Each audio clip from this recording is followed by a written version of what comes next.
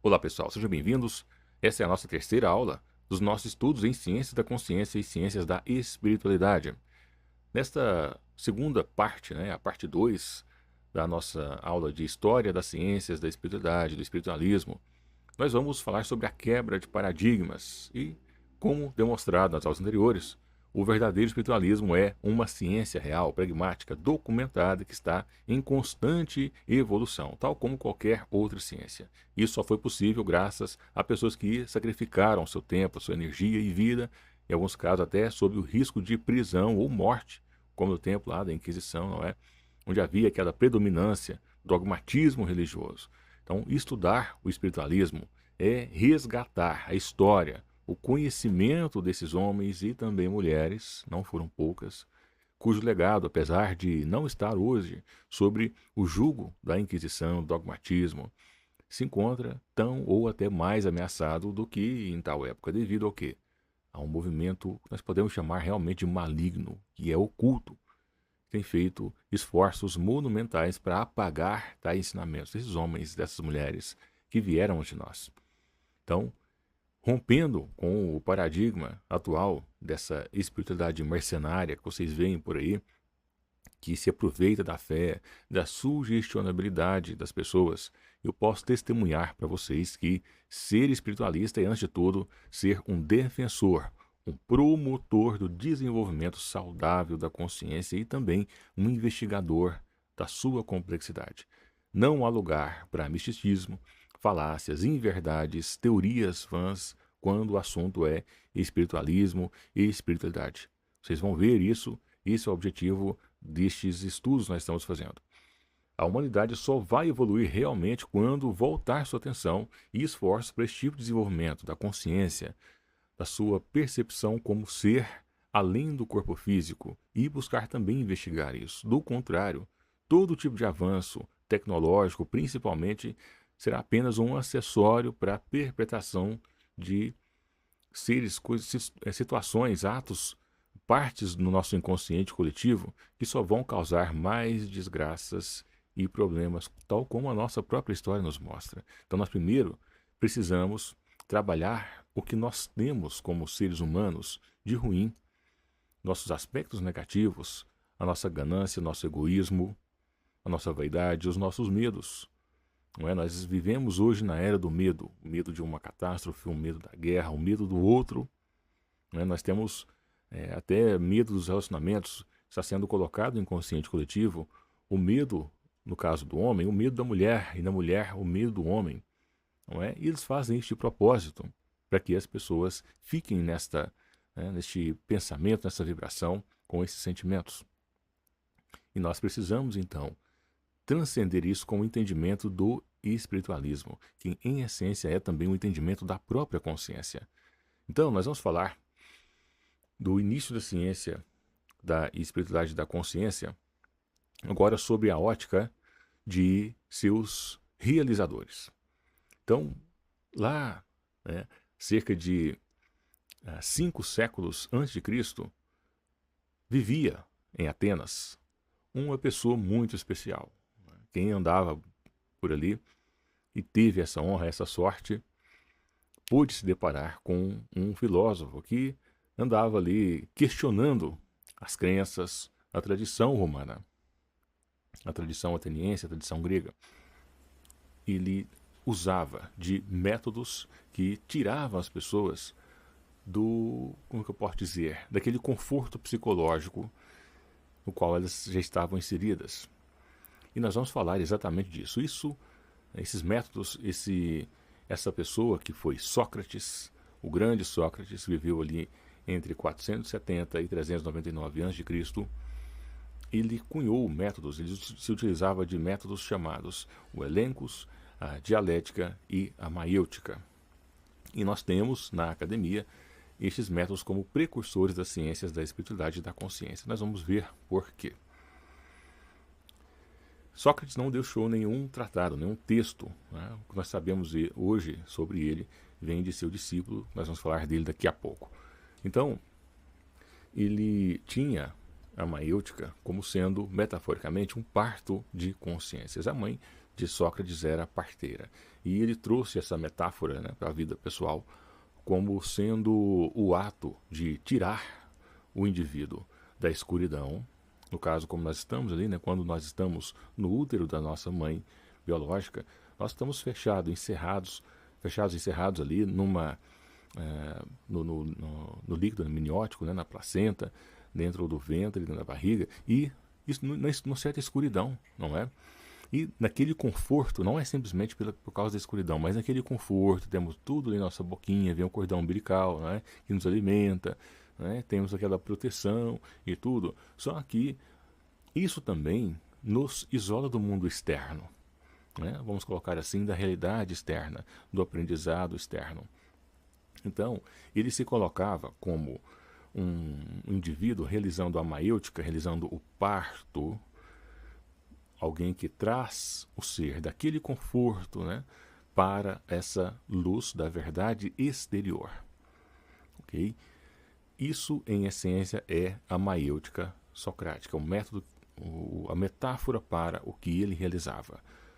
Não é uma religião, não é simplesmente uma filosofia. Podemos colocar até como um método filosófico, mas antes de tudo era algo pragmático, era algo prático, porque ele se utilizava além, né, do ato, no sentido de filosófico, de trazer a pessoa para um entendimento. Isso não era feito como com afirmações, não é? Ele não se colocava como o detentor da verdade ou o portador da luz, né? Algo ali, eu vou te tirar da escuridão porque eu possuo o entendimento, eu possuo a luz para te tirar dessa escuridão, eu vou te salvar, né? Como nós temos hoje pastores, líderes religiosos prometendo que vão tirar a pessoa de alguma situação que a pessoa esteja. Não, ele fazia isso através de um método, ok? E este método, é a dialética.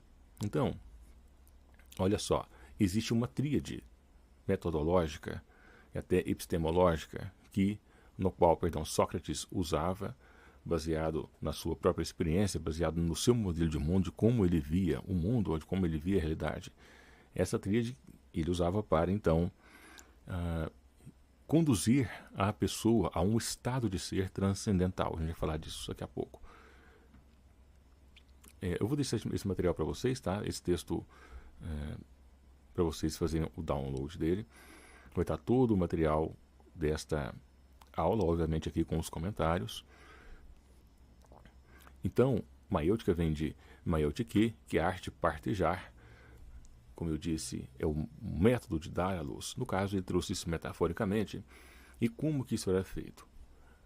Ele fazia perguntas simples e suscetivas até a pessoa reconhecer que a base para o conhecimento que ela tinha, às vezes não era tão consistente. Então ele buscava, né, inquirir ali, indagar para a pessoa sobre aquilo que ela sabia ou que ela principalmente acreditava, tá? Para identificar naquela crença, naquele dogma, naquela convicção da pessoa, inconsistências. Ok? Agora, me diga se isso aí não é ciência. Não é esse o método científico que nós usamos hoje? Compreende? Depois nós vamos lá para René Descartes. Nós vamos falar disso posteriormente. René Descartes também foi e é considerado um precursor da espiritualidade que nós temos hoje. Entende? Então, a maêutica é, em essência, o ato de trazer a pessoa à luz, o entendimento. E o entendimento do quê? Primeiramente, das verdades, das crenças, dos dogmatismos, das convicções. O entendimento real, que a pessoa, né, naquele tempo, assim como é hoje, ela acreditava em coisas sem saber por que acreditava. Ela acumulava crenças, paradigmas. Olha, anote essa palavra, tá? Nós vamos falar muito sobre isso, paradigmas. Sem sequer saber. Não era muito diferente do que nós temos hoje. Acreditava em deuses. E Sócrates, nós vamos falar da história dele, né, mais à frente nesses estudos. Ele foi até condenado por isso, né, foi considerado alguém subversivo. Uma das acusações era de que ele estava corrompendo a juventude, olha só, né, por fazê-los questionar os deuses, os rituais que eram impostos por Atenas. E o que é o elencos? É um método de refutar, é o o processo de refutar, no qual Sócrates usava dentro, lembre-se, é uma tríade, tá? Maêutica, elencos e dialética.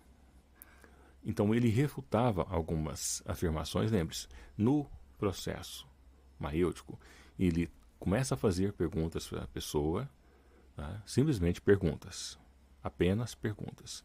No elencos, ele começa a refutar, sem querer ali, como que eu posso dizer, afrontar a pessoa. Não, ele simplesmente buscava refutar, colocando argumentos para a pessoa, como se aquilo que essa pessoa estivesse dizendo não fosse, ou afirmando, pudesse não ser tão verdadeiro. E convidava a pessoa a um exame crítico, tá? Dessa afirmação que ela estava, então, defendendo. E nós temos a dialética. Na dialética, ele propunha um método investigativo através justamente daqueles elementos que ele trazia no elencos, ou seja, da confrontação das ideias contrárias, para que, a partir destas confrontações, se chegasse a uma outra ideia. Então, nós tínhamos a tese, que era o que a pessoa afirmava, ele levantava o contrário através do elencos, trazia esse confronto entre a afirmação e a sua antítese, ou seja, e se isso não for real, e se isso não for verdadeiro, e com isso chegava a antítese, certo? Então, por exemplo, a pessoa acreditava em uma deidade, né? Um Deus, e ele ia perguntando, por que você acredita nisso? E se esse Deus não for real? Nós vamos ver isso, por exemplo, lá em René Descartes, não é? E se esse Deus for uma criação para manter você, por exemplo, fiel a um sistema doutrinário, ou obrigar você a fazer determinada coisa? E se esse Deus for um demônio se passando por Deus, né? Por um Deus, por uma entidade, algo do gênero? Quando a pessoa, isso através do elencos, né? Primeiro ele perguntava, lembre-se, através do processo maêutico. Depois ele perguntava de modo consistente. Depois ele levantava a antítese disso.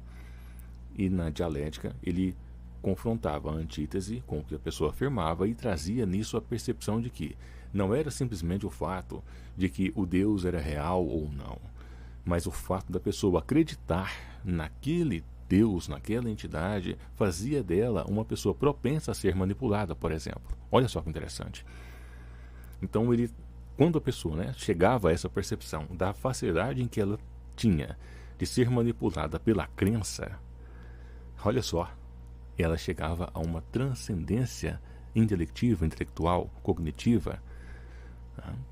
Conscienciológica. A sua consciência sofreu uma transcendência e muitas vezes era irreversível, razão pela qual ele foi então condenado. Compreende? Então, chegando-se a essa síntese conscienciológica, tendo essa compreensão mais refinada, ele conseguia, aí voltando à questão da maêutica, né, trazer a pessoa à luz da consciência, à luz de si mesmo. Olha só que poderoso que Sócrates fazia. Então ele teve muitas frases famosas, algumas das quais são a base da Abraconesp e da conscienciologia clínica também, não é? Nós temos conhece a ti mesmo, nós temos só sei que nada sei, ele está usando ali, demonstrando como é necessário você afirmar, entender que você não sabe de algo para obter o conhecimento. Depois ele vai reformular essa frase de outra forma também, mas com o mesmo sentido praticamente. A vida sem reflexão não vale a pena ser vivida. Ou seja, você precisa ponderar sobre aquilo que você faz, que você fala, que você pensa, como você age, para que a sua existência possa ter um sentido. Ele buscava muito essa questão do sentido da vida, do sentido que você faz. E nós vamos entender por quê. O importante não é viver, mas viver bem. A morte pode ser uma bênção. Nós vamos ver isso como uma forma de considerar a vida física, a vida, né, humana, a vida biológica, muitas vezes como uma prisão, quando a pessoa está presa em crenças e escraviza a sua própria vida nessas crenças. Tá? Entre outras abordagens nós vamos ter para essa afirmação. Prefiro sofrer uma injustiça do que cometê-la. O verdadeiro sábio é aquele que sabe que nada sabe. Então ele, complementando a sua frase, só sei que nada sei, ele vai ter a ignorância, não no sentido de você ignorar propositadamente, não quero saber disso, mas como um entendimento, uma percepção de que seu conhecimento sobre qualquer coisa não é tão grande quanto muitas vezes você pensa que é, para que a partir dessa perspectiva você possa aprender mais. E o que mais impede as pessoas de, até na academia, né, não as que entram, né, mas as que começam nesse conhecimento, é que elas estão tão saturadas do pseudo-conhecimento, da pseudo-espiritualidade, do pseudo-entendimento da consciência, não é? Que elas acreditam que não precisam mais aprender. Né? Eu, às vezes, atendo psicólogos na minha clínica ali, e quando eles veem o trabalho que eu realizo, e como isso é fundamentado, embora não seja tão conhecido, eles percebem que toda a formação, embora importante, claro, muito útil, sim, mas não é o suficiente para lidar com a complexidade da consciência e do inconsciente. Entende? Então, parte daí o entendimento de que o conhecimento que se foi obtido precisa ser reciclado, ampliado, né? Pode parecer óbvia essa afirmação, mas se você parar para pensar, observe se você faz isso alguma vez, fez ou está fazendo isso na sua vida, buscando aprender mais baseado no reconhecimento da sua ignorância. Se você está fazendo isso, você com certeza é um princípio de um sábio, né? É um sábio, uma pessoa que está buscando a partir da sua ignorância. Agora, as pessoas, né, que eu sei de tudo, né, sempre gostam de dominar a conversa, a palavra final é a delas, são os ignorantes, os verdadeiros ignorantes, os verdadeiros pseudo-conhecedores da verdade, não é? A educação é a chama que acende uma alma e não a enchente que enche o vaso. Nós vamos falar ele vai falar de educação, né, nos seus discursos, sobre o processo da educação como um todo e como isso faz o ser humano transcender a si mesmo.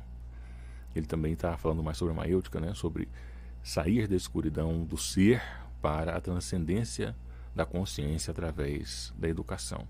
Educação dos instintos, tá? Ele vai falar disso. Eu vou fazer esse convite para que você leia as obras do seu discípulo, vou falar da spoiler, através deste conhecimento você vai saber quem era Sócrates. A sabedoria começa na admiração, e se alguém busca a saúde da alma, comece a perguntar: quem eu sou? O que é o espiritualismo, a espiritualidade científica, senão a busca pelo entendimento de quem você realmente é, além do corpo físico, além das sinapses cerebrais, além da fisiologia, né, dos desejos do corpo, da fome, da sede, dos desejos sexuais, além disso tudo, que são coisas fundamentais, mas não se resumem ao que você é, embora muitas pessoas, o grosso da humanidade, né, 90% da humanidade, viva refém disso. Mas não é só isso que existe na vida. Você não nasceu só para isso. Não é? Sócrates se foi, mas deixou-nos um discípulo, um grande homem, cujo nome verdadeiro era Aristócles. Muitos vão conhecê-lo como Platão. Platão significa de largo. Platão tinha as costas largas, era um homem relativamente forte, né? Não apenas dotado de conhecimento, de cultura, mas também de uma certa força física. E tudo que nós temos até hoje é graças de conhecimento sobre Sócrates, né? É graças a Platão, que por meio dos diálogos platônicos registrou este conhecimento, né? O método socrático, né? A sua inteligência, os seus argumentos. Se utilizou ali de personagens, diálogos entre esses personagens, entre Sócrates e esses personagens, para transmitir estes conhecimentos. Ficou bem nítido, né, que Platão não simplesmente aprendeu como lidar com a fúria ateniense, né, do conhecimento da possível, do medo que eles tinham de que seus ensinamentos fossem ali confrontados. Então ele usou de subterfúgio, né, escrever de modo ali subjetivo sobre os ensinamentos de Sócrates foi um grande subterfúgio, um grande ato de inteligência. E um desses atos foi criar um mito da caverna. Ele vai mencionar, com certeza você deve ter ouvido falar sobre isso. Se não, eu vou deixar o link para você conhecer e saber mais sobre esse tópico. O mito da caverna foi narrado no livro 7º de A República. Então, nele, Platão vai, de modo metafórico, dizer que existem prisioneiros acorrentados dentro de uma caverna, olhando para a parede do fundo, e atrás deles há uma fogueira. E entre essa fogueira e esses prisioneiros, algumas pessoas passam carregando objetos, estátuas. E esses prisioneiros, como eles estão olhando apenas para a parede, eles não conseguem ver a realidade. Lembrando, esses prisioneiros nunca saíram para fora, nunca viram a realidade, nunca viram o sol. E eles estão no fundo de uma caverna mesmo, né, presos ali desde que nasceram. Tudo que eles conseguem ver ou melhor, são as sombras desses objetos, dessas pessoas que passam entre eles e a fogueira. Lembre-se, isso é uma metáfora, ok? Então eles acreditam, como eles nunca viram essas pessoas, não sabem como elas são, eles acreditam que essas sombras são a única realidade. Eles acreditam que o que eles vivem ali é a única realidade. Eles nunca conheceram algo exterior a isso. Certo? E que essas sombras também são seres até reais. Né? Poderíamos dizer que eles até louvariam essas sombras. Só que um desses prisioneiros, ele é libertado e ele consegue sair e ver que existe lá fora sol, não é? Plantas, outras pessoas. Existe todo o universo lá fora. Ele inicialmente tem dificuldade em reconhecer isso como sendo uma paisagem, como sendo o que nós conhecemos como, né? Nós estamos habituados a isso, mas ele tem dificuldade a isso, né? Esses elementos externos. Esse ser, esse escravo, esse prisioneiro, ele tem essa dificuldade, ele sofre então esse processo de sair da caverna e chegar a esse entendimento, sendo metaforicamente o acesso à luz, o acesso a uma outra realidade, uma transcendental, um outro universo. É um processo para ele de relativo, né? Não um sofrimento ali, mas uma relativa dor. Não, é algo que tira ele também daquele conforto, né? Um certo conforto no sentido de que ele era prisioneiro, mas ele tinha tudo também para ele ali, não é? E ele sai e começa a viver por conta própria, a encarar um outro universo. Enfim, ele tenta então retornar à caverna, ou melhor, ele retorna à caverna. Com o tempo, o seu corpo se adapta à luz, seus olhos se adaptam à luz, ele se adapta a essa realidade exterior, e ele tenta retornar à caverna para levar, né, os prisioneiros de volta ali, convencê-los a sair dali, mas eles recusam isso. Eles não acreditam no que ele diz, não acreditam quando ele menciona que lá fora existe um sol, que o que eles veem ali é apenas o reflexo da realidade, é um reflexo de uma fogueira, que uma fogueira não é algo que nem chega perto do sol, e que há pessoas, que há um outro universo lá fora. Então ele é rejeitado. Então é um mito muito rico, metaforicamente, é muito rico em todos os seus elementos. Nós vamos abordar ele posteriormente nesses estudos aqui no canal, no nosso aplicativo, na nossa formação. Há muito o que se falar sobre cada significado, cada elemento deste mito. Ele foi inteligentemente arquitetado para transmitir ao ser humano mais do que uma coisa metafórica, mas sim uma verdade transcendental, ok? Menos que um elemento metafórico, mas uma verdade mesmo transcendental. E Platão também tinha uma visão. Lembre que nós falamos na aula passada que os gregos, eles tinham já um entendimento mesmo, né, da metempsicose. Eles falavam com os mortos, não é? Eles tinham rituais para invocar, né, espíritos de pessoas que faleceram, faziam oferendas, né, para esses seres, praticavam o que nós chamamos de necromancia. Tinham locais para isso, pessoas especializadas para isso, né? Que existem hoje os centros espíritas e tudo mais, só que não fazendo oferendas ali, exceto em algumas religiões. Eles faziam isso desde aquela época. E isso influenciou no sentido de Platão viveu isso. Ele fez parte, né? Não era um necromante, mas ele fez parte dessa época, dessa cultura.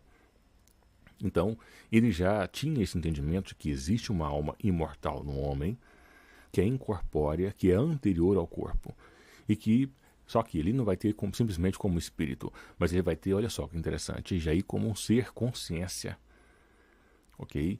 Para ele, então, existe o que nós poderíamos chamar de mundo das ideias, que é um mundo conceitual onde todas as ideias que existem, né, que o Jung vai colocar também depois como um certo inconsciente coletivo, mas todas essas ideias existem como uma certa estrutura incorruptível. Por exemplo, a ideia de mãe. Né? Você não sabe, mas talvez nem se lembre, né, quando você começou a ter esse conceito de mãe, mas nós vamos falar sobre como que, daqui a pouco, né, como que se chega a esse conceito. Mas para Platão, esta ideia, esse conceito, essa concepção da ideia mãe, ela é anterior à formação do corpo físico. Então, muitos vão dizer que não, o ser, enquanto ele não experiencia ter uma mãe, ele não sabe o que é uma mãe. Okay? Mas para Platão, já existe a ideia mãe inata no ser, na consciência do ser, que nós vamos ver posteriormente que é o seu inconsciente, e que durante a sua vida isso é despertado através de suas experiências, mas mesmo que ele nunca tenha tido uma mãe, ele vai ter essa ideia inata de mãe dentro do seu ser. Ok? Então, ele afirmava que existem dois mundos, o mundo sensível, que é físico, material e imperfeito, e o inteligível, que é imaterial, eterno. De onde estão, então de onde vem, de onde provém essas ideias puras. A alma, antes de nascer, habita esse mundo, que é inteligível. E, lembrando, quando nós estamos falando de alma, estamos falando de um estado de consciência aqui, que não é meramente o espírito do falecido, mas a alma. Nós vamos falar sobre psique, como do tema, né, da analogia que se tem para espírito de psique, mas aqui estamos falando de alma mais como uma consciência, ok? Ao encarnar, esta alma esquece esse saber. Lembrando, a alma como consciência esquece desse saber, mas guarda dentro de si, aonde? No inconsciente, uma lembrança, uma memória latente que pode ser reativada por meio da filosofia, mas não é qualquer filosofia, é a filosofia socrática. Entende? Então ele vai chamar esse processo de se lembrar, de ir em busca das memórias, de anamnese. Olha só, então muitos aí, né? Às vezes fazem anamnese, não sabem o que significa anamnese. É o ato de se recordar, o processo de se recordar. Na anamnese clínica, né, nós pegamos ali o histórico do paciente. Na consciência clínica, o que nós fazemos é diferente. A nossa anamnese é totalmente diferente. Nós colocamos a pessoa num certo estado de consciência, ela fica acordada, não tem nada de hipnose, a gente não trabalha com hipnose, sempre falo aqui. Não, mas nós instigamos a pessoa a recordar de elementos que muitas vezes ela esqueceu por vários fatores. Então, a nossa anamnese é um processo muito delicado, por isso que é muito individualizado. Cada atendimento é muito humanizado, é muito íntimo mesmo, no sentido de nós damos à pessoa uma segurança para se lembrar de coisas e transmitimos, né, à pessoa essa segurança para ela lembrar de coisas que muitas vezes feriram ela ou que ela esconde de si mesma, porque o nosso inconsciente esconde coisas de nós mesmos. Tem pessoas que foram ali, não é, submetidas a certo tipo de violência, maltrato, entre outras coisas que eu não posso falar porque senão o algoritmo aqui não gosta, que o seu inconsciente vai manter lá no fundo. Então elas começam a ter doenças, começam a ter problemas ali psicossomáticos, fisiológicos, psicopatológicos, que são reflexos desses acontecimentos que o inconsciente largou lá no fundo. Então o processo de anamnese, ele busca trazer para a pessoa, olha só, não é simplesmente fazer a pessoa se lembrar, mas trazer para a pessoa a segurança de recordar, ok? Trazer para a pessoa, fazer com que a pessoa se sinta à vontade, se sinta bem para recordar. E no processo ensinado por Platão, defendido, né, por Platão, a consciência, o ser, a alma, que ele vai ter ali como alma, ela já conhece tanto a ideia inata, Então ela já tem essa ideia inata dentro dela, quanto ela tem uma ideia até de si mesma, ela já é aquele ser. Só que quando ela entra no processo de metempsicose, ou seja, de reencarnação, entra no corpo físico, ela esquece, ela perde essas memórias, ela perde a essência do que ela é. Então, a anamnese é o ato de trazer as percepções da essência do ser. Lembre-se sempre disso. Olha que interessante. Isso é ciência da consciência. Isso é ciência da espiritualidade. Não existe ciência da espiritualidade sem você. É o que eu sempre falo para os meus alunos. Não é questão de você aprender.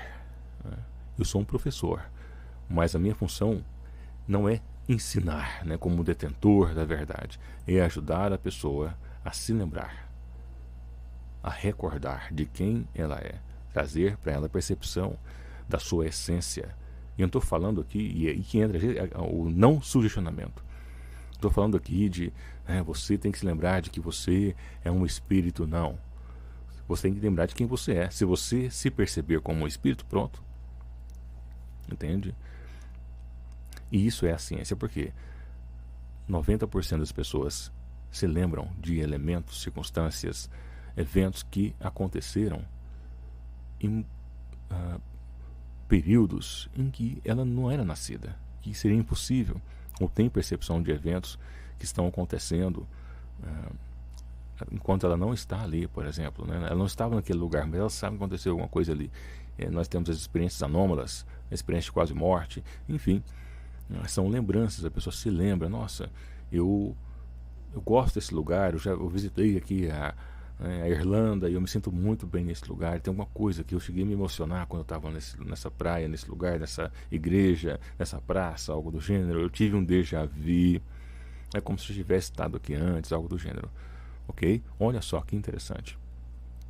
Então, lá no mito de Er, que vai encerrar a República, o patrão vai descrever ali, de modo através de um diálogo, de modo indireto ali, a trajetória da alma após a morte. Ele não vai afirmar, lembre-se sempre disso, ok? Ele vai usar um diálogo para demonstrar esta possibilidade. Ele vai dizer que a alma passa por um julgamento, recebe recompensas ou punições, olha só, o que escolhe uma nova vida para reencarnar. Então, naquele tempo se falava em reencarnação, lembrando que não estou defendendo, estou colocando que dentro da história da espiritualidade, alguém que já tinha um conhecimento, que vinha além do processo cultural, lançou esta hipótese que posteriormente foi verificada. Ele começou como Sócrates foi o tataravô, e ele foi o, vamos dizer assim, o bisavô, Platão foi o bisavô, nós vamos ter outros ali, só para você ter uma noção ali.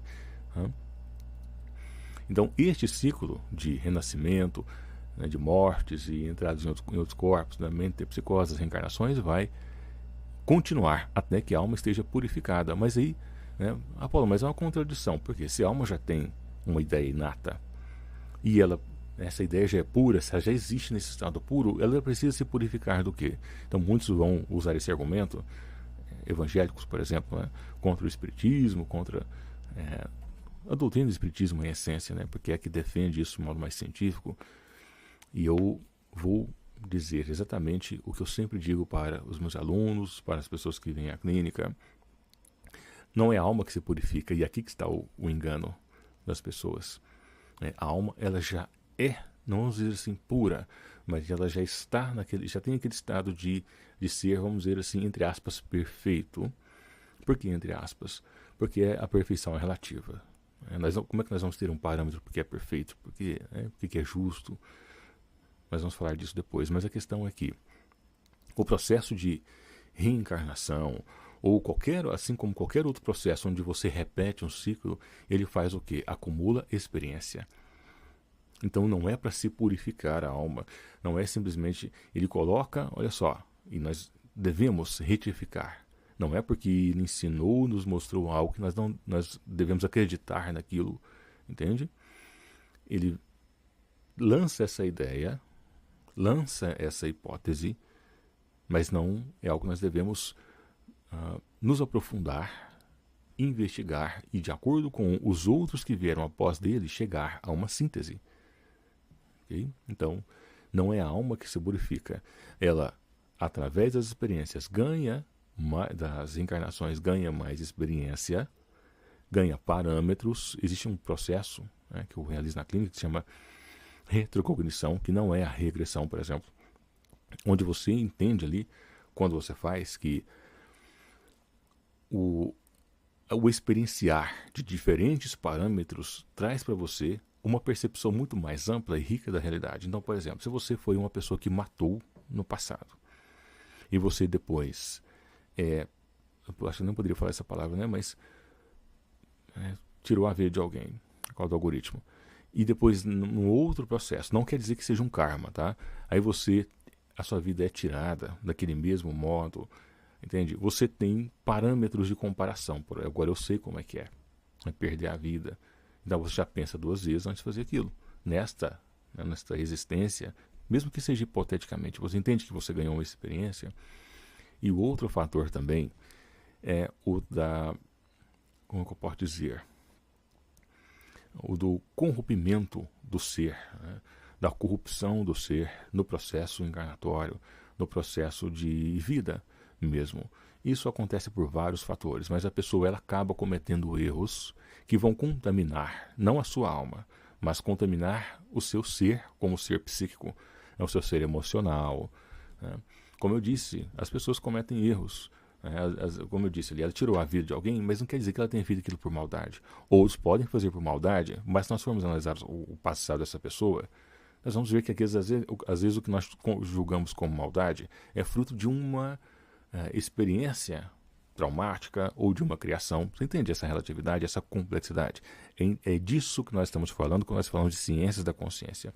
Saber quem é você não é como dizem aí, né, os youtubers, você tem que se lembrar que você é simplesmente que é um espírito, que você é um ser de luz, que você é uma alma quântica. Não, não é isso. É também saber que você é sombra, que você é escuridão, que você é um passado que você às vezes não quer lembrar. E você tem que trabalhar essas percepções, porque se elas, por exemplo, incorreram tirando algo de alguém, se elas prejudicaram alguém, e isso está dentro de você, há a possibilidade que você faça isso novamente ou de que você sofra as consequências disso hoje. Então há como reverter isso, compreende? Só para você entender que, então, esse argumento de que tem outros que vão dizer até que Jesus tirou a vida, pagou com a crucificação, não há porquê as pessoas pagarem. Não é bem assim que funciona. Okay? Nós praticamos coisas erradas, até cientificamente colocando como hipótese. Se nós tivermos feito alguma coisa errada no passado e, hipoteticamente, ao reencarnarmos, guardamos no nosso inconsciente as memórias que nós fizemos, ou a memória do que nós, podemos dizer assim, do mal que nós fizemos, as memórias emocionais, do que nós sofremos, lembre-se disso também, tá? Se nós somos prejudicados, nós também guardamos as memórias desses sofrimentos. Isso vira bloqueios, fobias, né, complexos. Tem pessoas que, por exemplo, numa época onde se cultuava ali o amor, não é? Onde cada pessoa tinha ali o seu relacionamento, não era como hoje. Tem pessoas que morreram de tristeza por um abandono. Em uma série de situações que eu trabalho na minha clínica, eu vejo ali, lido com isso praticamente semanalmente, de experiências negativas, de pessoas que foram vítimas de algo e aquilo ficou tão forte no seu inconsciente, aquele trauma de um abandono, de uma perda de uma vida, de uma perda de um ente querido, uma série de coisas ali, de um autoextermínio, uma série de coisas que ficaram no seu inconsciente e vão fazer parte da sua sombra e vão se manifestar como uma psicopatologia, como um bloqueio, como alguma coisa da vida da pessoa que não dá certo, a pessoa que perdeu tudo no passado, aí hoje ela tem medo de ter de novo por medo de perder, por exemplo. Aí vem um youtuber lá dizendo, porque não sei o que, da permissão, que... Não, é muito mais complexo do que isso, muito mais, certo? E aí entra a anamnese, é você lembrar voltando aqui, é você lembrar deste conhecimento, e não só o conhecimento de algo que já existe, mas o conhecimento, né, como ideia inata, mas o conhecimento de uma experiência que você teve, de quem você era e desse estado de ser, no qual as experiências foram acumuladas no seu ser, no seu inconsciente. Apenas nos lembrando disso, nós alcançamos a transcendência, saímos daquela caverna onde acreditamos que aquilo que nós acreditamos inconsciente, que o nosso inconscientemente, que o nosso inconsciente tem como verdade, é realidade, e pronto, acabou. Ok? Olha só que interessante. Então, ele vai mencionar isso também, né, a questão da imortalidade da alma e da anamnese, no Mênon, no Fedro e no Fedon, ou no Fedon. Tá? Ele vai falar da alma imortal, que antes de unir o corpo, né, encarnar aqui, se unir o corpo, já existia e tinha, né, esse mundo das ideias, enfim. Mas o mais importante é trazer para vocês essa percepção de que o espiritualista é aquele que busca despertar essas memórias latentes e trabalhar essas memórias também para que ele compreenda quem ele é, evite que isso se manifeste na vida dela de uma forma negativa e entenda que isso é uma faculdade espiritual. Você lembrar de quem você é uma faculdade. E espiritualidade, como nós vimos nas aulas anteriores, é faculdade. É uma habilidade do seu ser como ser espiritual. Ok? E nós precisamos, através deste ato, educar as nossas faculdades inatas, desconhecidas, inconscientes, nos educarmos como consciência, para lidar com a nossa própria complexidade, com as nossas percepções, com as nossas memórias. Então, fazendo uma breve retrospectiva aqui de tudo que nós aprendemos nessa aula, nós vimos que Sócrates foi o tataravô, vamos dizer assim, né, das ciências da consciência e ciências da espiritualidade, porque ele usava do elenco, da dialética e da maêutica para causar transcendências perceptivas, conscienciológicas nas pessoas. E através dessa transcendência, o ser galgava um estado superior de ser, mesmo de consciência, de percepção de si mesmo. Sócrates foi, infelizmente, caçado por causa disso e veio a ser preso, enfim, a morrer, mas deixou um discípulo, que nos ensinou tudo o que Sócrates deixou. A maêutica como sendo a arte de trazer a pessoa à luz. Ele vai mencionar isso lá no mito da caverna, que foi Platão. Ele vai ensinar que o elencos é o processo de nós encontrarmos ou realizarmos uma refutação, encontrarmos um ponto, né, oposto, como que eu posso dizer, uma antítese naquele argumento, aquela pessoa, e vai deixar claro que é necessário, através do elencos, nós refutarmos, fazermos um exame crítico do que nós acreditamos, do que nós defendemos. E vai ter a dialética como esse processo de colocar a verdade da pessoa contra a antítese, trabalhada nos outros métodos, e a partir disso gerar essa síntese, que é a compreensão mais refinada, mais transcendental daquele tópico. E Platão vai complementar isso com a anamnese, que é é a recordação do entendimento dos conceitos da realidade da consciência que habita no nosso inconsciente. A anamnese sendo então o ato de recordar de quem nós somos, do que nós sabemos, para nós entendermos quem nós somos, sabermos quem nós somos realmente. Ok? E assim nós encerramos essa segunda parte, nossa aula de História da Espiritualidade, ok? Das Ciências da Espiritualidade. Sejam bem-vindos, então, a este material. Qualquer dúvida, coloque nos comentários. Se você está vendo essa aula, se você gostou, deixe ali o seu like, compartilhe esse vídeo, eu peço, e se inscreva no canal. Ou, se não gostou, coloque ali a sua crítica, tá bom? Nós estamos abertos também, é claro, abertos aí a críticas, a sugestões também. Tenham todos um excelente estudo. E nós vamos para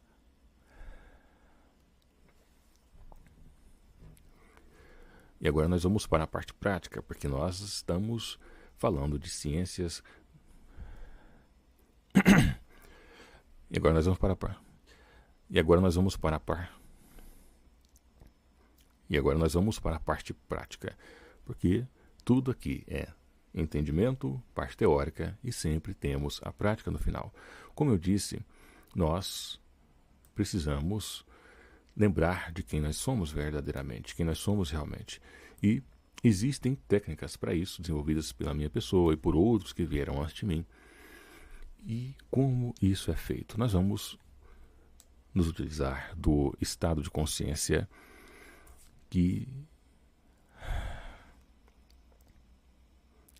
E agora nós vamos para a parte prática. Nosso estudo aqui é sempre teoria, entendimento e a prática, para você corroborar. E agora nós vamos para a parte prática. O nosso estudo aqui é sempre assim: estudo, prática, resultado, e assim você vai evoluindo. Tem nada de conversinha, né, de teoria, simplesmente aqui não. Como nós vamos aplicar o processo maêutico, o processo do elencos, o processo da dialética na nossa vida? Você vai, a partir de hoje, começar a questionar o que você tem aprendido, o que você acredita que sabe, o que disseram para você, né, desde a sua criança, de infância, desde a sua fase ali de infância, da sua adolescência, tanto sobre você mesmo. Muitas pessoas recebem críticas, sugestões negativas, né? Você não vai conseguir. Então pergunte, será que é isso mesmo? Quando alguém disser para você que você não é capaz de dizer algo, você devolve dialeticamente. Por que eu não sou capaz? Você acredita realmente que eu não sou, por exemplo? Então, não.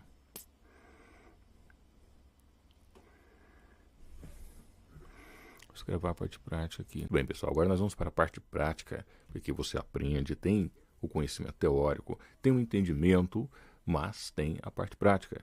Eu quero fazer um adendo aqui, justamente porque nós acompanhamos o formando desde o começo até o final deste processo. Cada pessoa que vem até a academia passa por muitos exercícios, muitas técnicas. Isso é acompanhado tanto por mim, pessoalmente, quanto pelos profissionais da academia, pelos formandos. Estou colocando esse material aqui no YouTube. Sei que alguns podem até copiar essas técnicas. Foram técnicas que eu desenvolvi com base nos ensinamentos socráticos, platônicos, e tantos outros que fazem parte da minha formação como conscienciólogo clínico, porque sim, é uma formação longa de 6 anos, e eu vou deixar bem claro que não há como eu fazer um acompanhamento das pessoas que estão vendo isso aqui gratuitamente. Na formação nós fazemos acompanhamento individual de cada um, ok? Tiramos as dúvidas ali, tá bom? Mas não me responsabilizo sobre as pessoas ali que vão fazer isso aqui. Infelizmente eu não posso acompanhar, exceto as que estão na formação ou que estão fazendo processo clínico comigo. Às vezes você quer fazer um processo clínico com base nisso que você está vendo, você gostou, quer se aprofundar, né, quer orientações, é só você entrar no site abraconesse.org e falar com a nossa assessoria, ok? Então, vamos ver os resultados aqui. Você vai perceber como isso é transformador na sua vida. Como aplicar a maêutica, a dialética, né, o elencos, a anamnese na sua vida pessoal. Para isso você vai precisar de um tempo, tá, e de um local confortável. Ninguém pode te incomodar durante aproximadamente ali 30, 45 minutos. Tá? Pode ser, dependendo de cada pessoa, né, até 1 hora. Tire um tempo para fazer isso. Pegue uma folha sulfite branca ou um caderno, pode ser também. Tá? Ou pode ser um gravador. Pega o celular, começa a gravar ali as respostas, depois você volta. Você vai precisar fazer o seguinte: definir uma situação, né, ou uma parte sua, um aspecto da sua personalidade que você considera limitante, negativo, tóxico, desagradável, que você quer mudar, né? A não ser que você seja aquela estrela cintilante, perfeita, que não tem defeito, né? Mas se há alguma situação na sua vida, na sua personalidade, você precisa definir isso. Pode ser, vamos supor que você tem mais de uma situação, não é? ou mais de um aspecto. Defina um, que é o mais importante, que está causando mais problema para você. Você vai descrever isso com bastante clareza. O passo 2, tá? Definiu, agora você vai descrever. Nesta folha ou no seu gravador, você vai descrever detalhadamente essa situação ou esse aspecto da sua personalidade. Vamos supor que é insegurança ou medo. Eu sou uma pessoa insegura quando tenho que conversar com outros, quando tenho que falar com mulheres ou com homens, ou eu tenho medo disso em tal situação. Se você puder descrever quando isso acontece, melhor ainda. Depois nós vamos para o passo 3, que é a parte da maêutica. Você vai fechar os olhos e vai refletir em cada pergunta que eu coloquei aqui abaixo. Existem outros processos, a gente usa tanto na conscienciologia clínica quanto no processo, mas escolhi essas aqui que já vão te ajudar. Você vai fazer com bastante sinceridade, tá bom? Observar as respostas.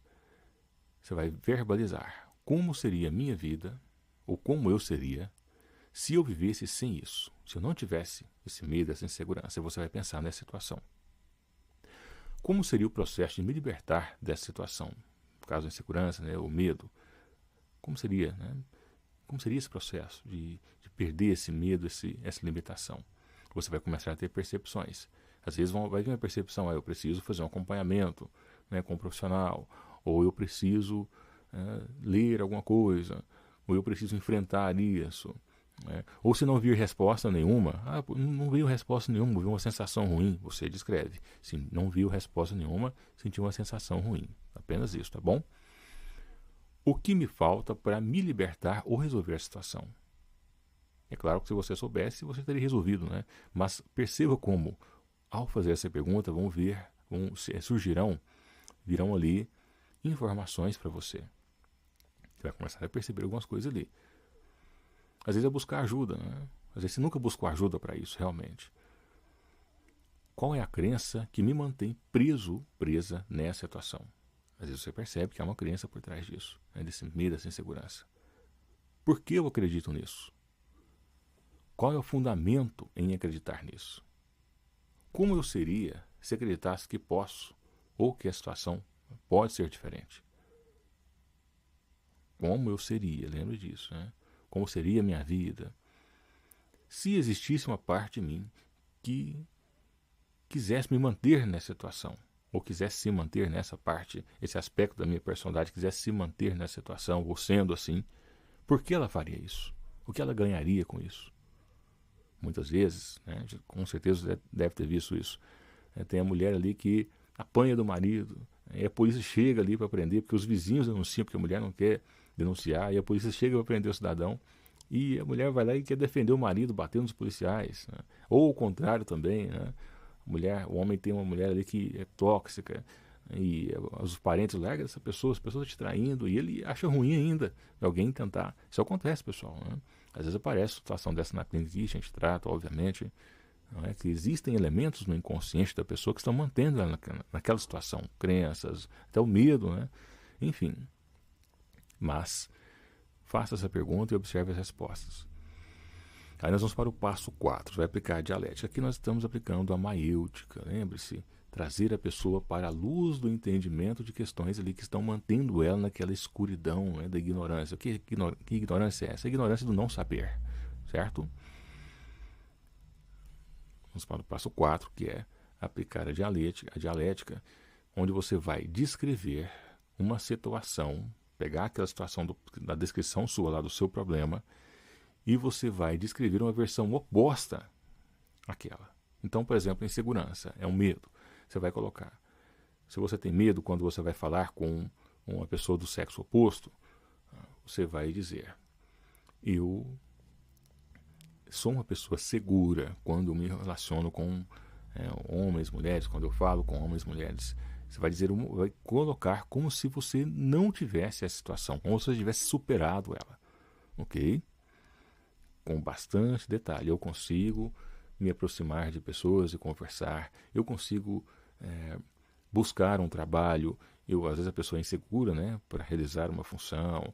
Às vezes não consegue um cargo de liderança. Trabalhei na minha clínica recentemente É uma pessoa dessas que era uma excelente profissional, muito competente, mas se sentia insegura em defender isso quando questionada. Ela não sabia explicar, né, o que fazia, embora as pessoas vissem isso ao redor dela, mas ela não sabia como, como que eu posso dizer, fazer o marketing disso, não é? E aqueles que não eram tão competentes faziam um marketing e acabavam sendo promovidos ali e tudo. E isso influencia sim, pessoal. Num setor muito grande, às vezes a sua competência passa batido. Ok? Se você não souber, às vezes projetar isso para outras pessoas, né? Defender isso, fazer uma boa, como que eu posso dizer, demonstrar isso, né, da maneira correta. Então, você precisa criar, nesse passo 4 aqui, uma situação oposta, tá? Sem esse problema, sem essa limitação. Como seria a sua vida? Deixe isso bem detalhado. Quanto mais detalhes você colocar, melhor.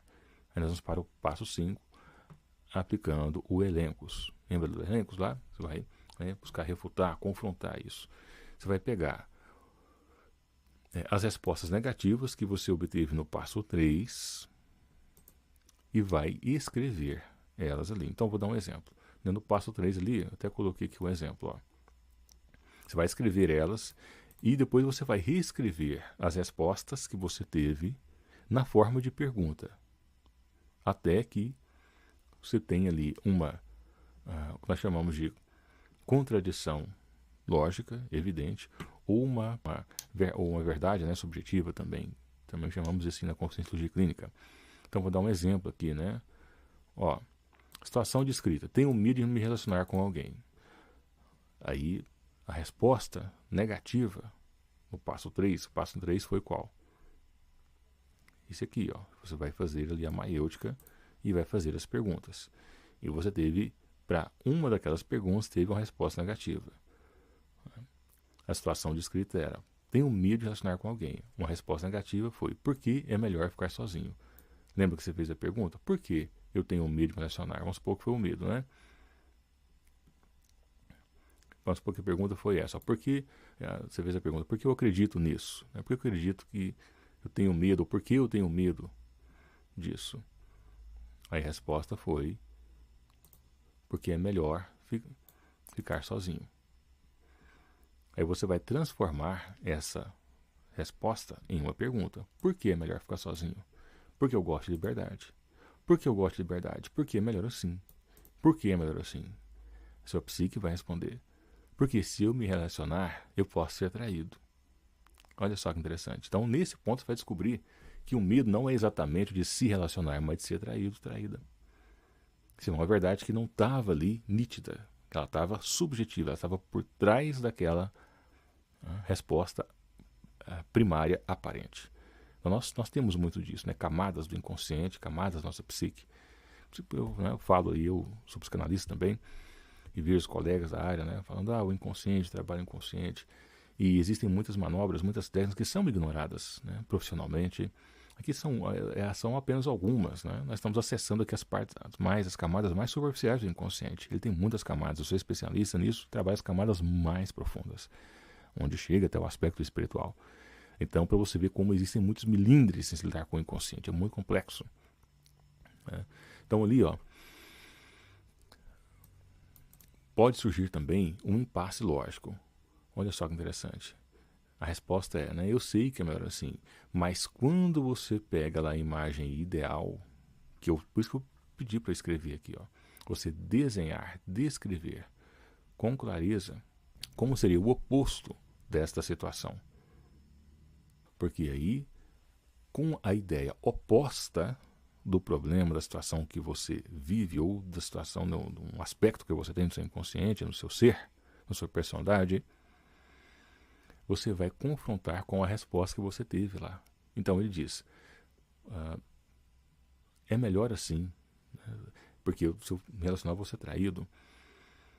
Aí você descreveu lá no passo 4 que você vive um relacionamento que não tem medo, que é tranquilo, que não é traído.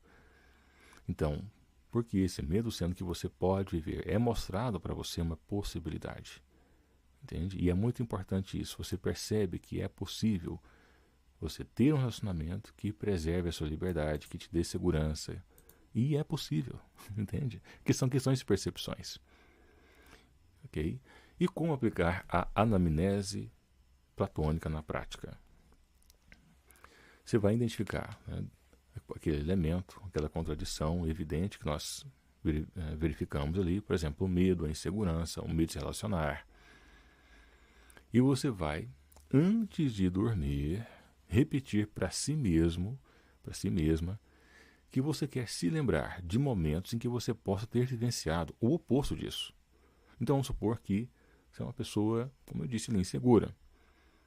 Você vai, antes de dormir, você está quase ali, né, relaxado, vai buscar assim, eu quero me lembrar momentos em que eu me senti segura, ou que eu me senti seguro. É o medo de ser traído, vai lembrar assim, eu quero me lembrar de momentos em que eu possa ter vivido, que a minha consciência possa ter vivido, que eu como ser possa ter vivido, ou, né, que eu conheça, pessoas que eu conheça, em que não houve traição, que houve fidelidade. Ou seja, o oposto. O que é o oposto de traição? Não é fidelidade? O que é o oposto de insegurança? Não é segurança? O que é o oposto de medo? Não é coragem, o bem-estar ali, a segurança também? Então você vai buscar se lembrar dessa ideia inata do oposto do sentimento negativo. A ideia inata de liberdade, de felicidade, de segurança. Faça isso e observe o que vai acontecer durante os seus sonhos, quando você acordar. Você vai perceber que o peso desse sentimento negativo, do medo, da insegurança, vai começar a sair de você.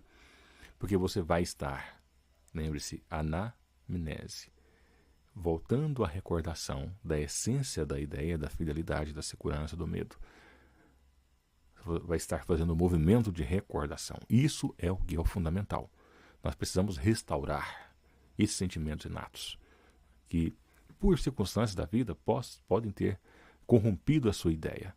Você tem a ideia inata de fidelidade, de segurança, de felicidade nos relacionamentos, na vida, de prosperidade, de riqueza, de dinheiro, de saúde, mas isso é corrompido no seu inconsciente, no seu ser. E estudar espiritualidade é estudar como esses elementos ficam arraigados no seu ser espiritual, na sua inconsciência, no seu ser inconsciente.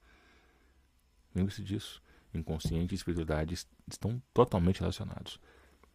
E isso é o que trabalha, por exemplo, a conscienciologia clínica, a conscienciologia acadêmica, as ciências da consciência, as ciências da espiritualidade.